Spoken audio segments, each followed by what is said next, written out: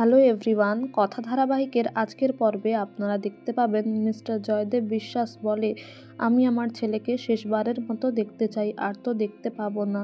এই কথা শুনে সবাই অবাক হয়ে যায়। তারা বুঝতে পারে না কিভাবে পরিস্থিতিটা সামলাবে। ঠিক সেই সময় কথা বুদ্ধি করে ধূপকাঠি নিয়ে আসে আর ধোঁয়া দিতে থাকে, আর মা আনন্দীর কাছে প্রার্থনা করে যাতে মা আনন্দী এই বিপদ থেকে তাদেরকে উদ্ধার করে। আর ঠিক সেই সময় ছোটকা আগুন নিয়ে আসে, আর ওই কাঠটা আগুনের কাঠটা মিস্টার বিশ্বাসকে দিয়ে বলে, নিন মুখাগ্নি করুন। আর এই সব দৃশ্য দেখে প্রান্তিক বলে, বুঝতেও তো পারছি না কাকে দাহ করা হচ্ছে।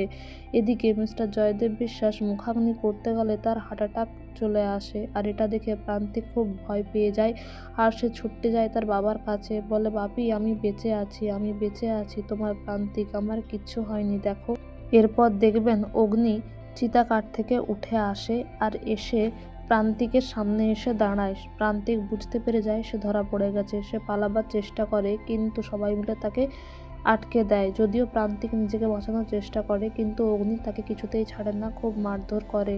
বলে, তুই জুনির জীবনটা নষ্ট করেছিলি, তুই আমাকে মারতে চেয়েছিলি, কথাকে মারতে চেয়েছিলি, কথাকে মেরেওছিস তুই, এই বলে সে মারতে থাকে। এদিকে প্রান্তিক একটা আগুনের কাঠ নিয়ে এসে কথার সামনে রাখে আর বলে, কেউ সামনে এলে আমি কিন্তু পুড়িয়ে দেব।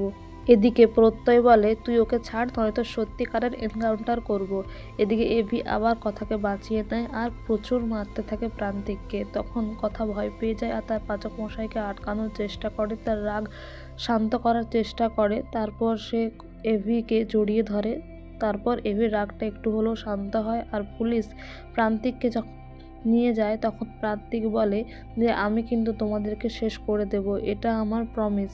তারপরে এভি বলে, দেখেছিস আমার কিচ্ছু হয়নি, তুই শুধু শুধু ভয় পাচ্ছিলি। তারপর তাদের মধ্যে আবার খুনসুটির ঝগড়া হতে থাকে। ছোটকা বলে, চল চল বাড়ি চল, এখানেই ঝগড়া করবি। এদিকে পরের দিন দেখবেন এভি ঘুম থেকে ওঠে। তারপর উঠে দেখে যে কথা শুয়ে আছে, চাদরটা নিচে মাটিতে পড়ে আছে আর কথা শীতে কাঁপছে।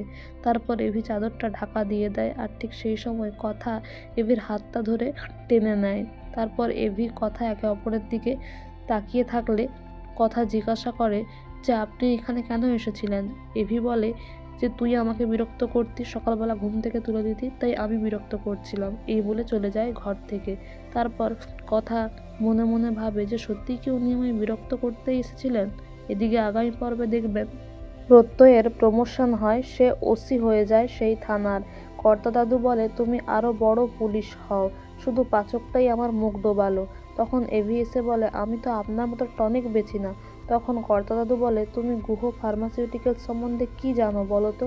এভি বলে, আমার ইচ্ছে নেই, তাই জানতেও চাই না।